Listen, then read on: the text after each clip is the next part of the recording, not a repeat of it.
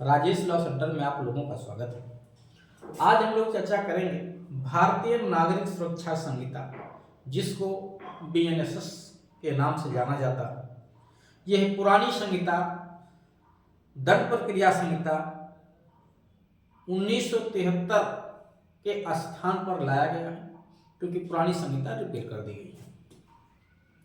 तो भारतीय नागरिक सुरक्षा संहिता 2023 के अंतर्गत कितनी महत्वपूर्ण धाराएं ऐसी हैं जिसमें एक पक्षीय आदेश जारी किए जाने का प्रावधान है, यानी आपराधिक मामलों में भी एक्स पार्टी आर्डर दिए जाने का प्रावधान कितनी जगह किया गया है। प्रमुख तौर से मैं उसी की सूची लेकर के आया। लिखा एक पक्षीय आदेश कितने धाराओं में, ठीक है, कितने धाराओं में एक पक्षीय आदेश कितने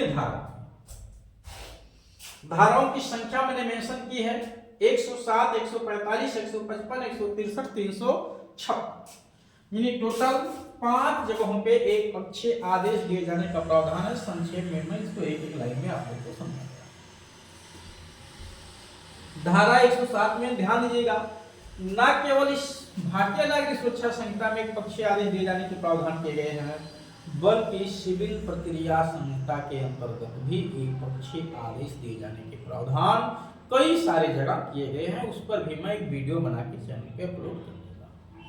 फिर यहाँ पे धारा 107 जैसा कि नई धारा जोड़ी गई है, ध्यान दीजिएगा, बिल्कुल ये धारा उसी तरह के खतरनाक है जिस तरह से गैंगस्टर एक्ट और पीएमएलए एक्ट लगाए जा करके संपत्ति को अपने कब्जे में ले लिया जाता है। जो है प्रोसीड्स ऑफ क्राइम होता है, यानी अपराध का जो आगम है, उसी जैसी धारा ये जुड़ी गई है 107, और आरोपी के उन संपत्तियों को जो उसने उस अपराध के माध्यम से जिसका उस पर आरोप है प्रत्यक्ष या अप्रत्यक्ष तौर से प्राप्त किया है, वहां उन संपत्तियों को कुर्क करने का और जब्त करने का प्रावधान धारा 107 में किया गया। तो धारा 107 में जब किसी व्यक्ति पे जिसपे किसी ऐसे अपराध का आरोप हो जिससे उसने कोई संपत्ति प्रत्यक्ष या अप्रत्यक्ष तौर से प्राप्त की है या बनाई है, तो वहां ये पावर दिया गया है कि एसपी या कमिश्नर के आवेदन पे संबंधित मजिस्ट्रेट या न्यायालय जिसके यहाँ प्रोसीडिंग चल रहा है, उसकी जांच करने के पश्चात ऐसे व्यक्ति को कारण बताओ नोटिस जारी करेगा, जिसमें उसे कम से कम 14 दिन का समय दिया जाएगा कि क्यों ना आपकी संपत्ति कुर्क करने का आदेश पारित किया जाए। यदि वो 14 दिन के भीतर कारणों को दर्शित करने में असफल रहता है तो धारा 107 की धारा 4 के अंतर्गत एक पक्षीय आदेश पारित किए जाने का प्रावधान किया गया।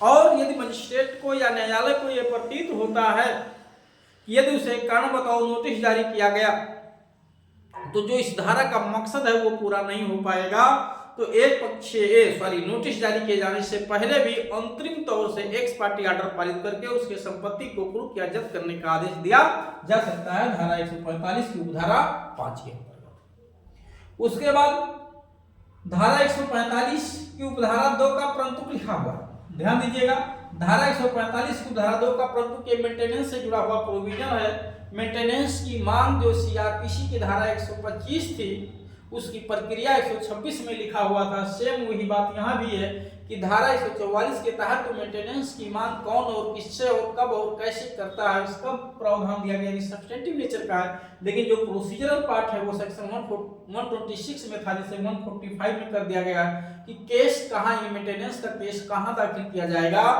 और उसकी सुनवाई कितने दिन के भीतर होगी, कैसे होगी। तो यहीं पे लिखा हुआ कि पार्टी को नोटिस देने के पश्चात भी, सूचना देने के बाद यदि वो नहीं हाजिर होता है तो मेंटेनेंस की कार्रवाई भी एक पक्षीय की जा सकती है, यानी पति नहीं आता है तो केवल पत्नी को सुन के भी आदेश किया जा सकता है। पत्नी नहीं आ रही है या जो लोग भी मेंटेनेंस की मांग कर रहे हैं, जिससे मांग किया गया, यदि अपोजिट पार्टी नहीं भी आती है तो बगैर उसे सुने भी एक पक्षीय आदेश दिया जा सकता है, यद्यपि उसे 3 माह के भीतर सेट असाइड किए जाने का राइट ऐसे व्यक्ति को दिया गया है कि वो चाहे कि उसे सेट असाइड करने के लिए, उसे अपास करने के लिए आवेदन उसे सेम कोर्ट में कर सकता है। धारा 145(2) का पूर्वायु में बात लिखा हुआ। उसके बाद सेक्शन 155 में देखेंगे आप, सेक्शन 155 ये 155 क्या है, सेक्शन 155 जो न्यूसेंस हटाने के लिए कंडीशनल आदेश पारित किया जाता था पुरानी संहिता की धारा 133 में, उसी से जुड़ा हुआ ये प्रोविजन है। यद्यपि ये 133 नहीं है, ये 135 नहीं है, ठीक है। 155 में ये 133 नहीं है, ये जो है 133 तो 152 हो गई है ना, न्यूसेंस हटाने का सख्त आदेश 152 है। 135 में क्या है, ये जो पुरानी धारा 136 थी उसकी जगह पे है कि जब न्यूसेंस हटाने के लिए सशर्त आदेश दिया जाता है, न्यूसेंस हटाने के लिए सशर्त आदेश दिया जाता है, तो उस व्यक्ति की जिम्मेदारी होती थी, धारा 135 में दिया जाता था कि वो उस आदेश का पालन करते, उसके लिए तामीली 134 में होती थी, 35 में उसके हाजिर होने का कर्तव्य था, ना हाजिर होने पे धारा 136 लागू होती थी। तो यदि न्यूसेंस की तामीली के लिए तामीली करा दी जाती है और वो व्यक्ति इसे न्यूसेंस हटाने के लिए सशर्त आदेश दिया गया है, वो हाजिर नहीं होता है, तो वहां भी कोर्ट एक पक्षीय आदेश कर सकती है, अपने आदेश को अंतिम कर सकती है। तो ये धारा 155 में है कि न्यूसेंस हटाने के लिए सशर्त आदेश जो कोर्ट द्वारा जारी किया जाता है, उस आदेश को पारित करना यानी उस आदेश को अंतिम करना एक पक्षीय तौर से, वो धारा 155 में होता है। सुन के पारित किया जाता है न्यूसेंस हटाने का सशर्त आदेश, वो 157 में लिखा हुआ। 163(2) में क्या लिखा हुआ, 163 का सबसेक्शन जो 2 है, ये जो पुरानी धारा 144 थी, 144 थी, जिसको धारा 144 के नाम से जाना जाता था, धारा 144 लागू कर दी गई है। तो यदि धारा 144 लागू की जाती है, जो धारा 163 हो गई है, तो जनरली होता क्या कि अगर पॉसिबल है तो उन व्यक्तियों को आदेश कर दिया जाता है जिन्हें न्यूसेंस हटाने के लिए आदेश किया जाता है। अगर संभव नहीं है और तुरंत उसका क्रियान्वयन कराना जरूरी हो, तो एक पक्षीय आदेश भी धारा 163 का दिया जा सकता है। धारा 144 एक पक्षीय भी लागू की जा सकती है। उसके बाद धारा 356 ये नई धारा जोड़ी गई है, ठीक है। अभियुक्त की अनुपस्थिति में जांच और विचारण करने की छूट दी गई है। तो जहां अभियुक्त अनुपस्थित है वहां तो ऑर्डर एक पक्षीय पारित ही होगा, उसमें तो कोई डाउट ही नहीं है।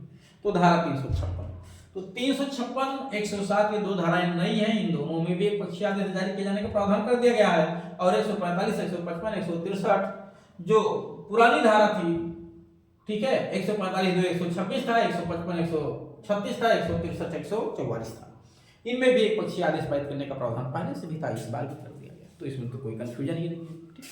तो उम्मीद है कि ये चीजें आप लोगों को अच्छे से समझ में आ गई। साथ ही साथ अगर किसी भी बच्चे को पीसीएच एपीएच की तैयारी करना है, तो हमारे यहाँ इसके लिए ऑनलाइन और ऑफलाइन दोनों तरह की क्लास की सुविधा उपलब्ध है। आप इस दिए गए नंबर पर संपर्क करके अपनी सुविधा अनुसार क्लास ज्वाइन कर सकते हैं।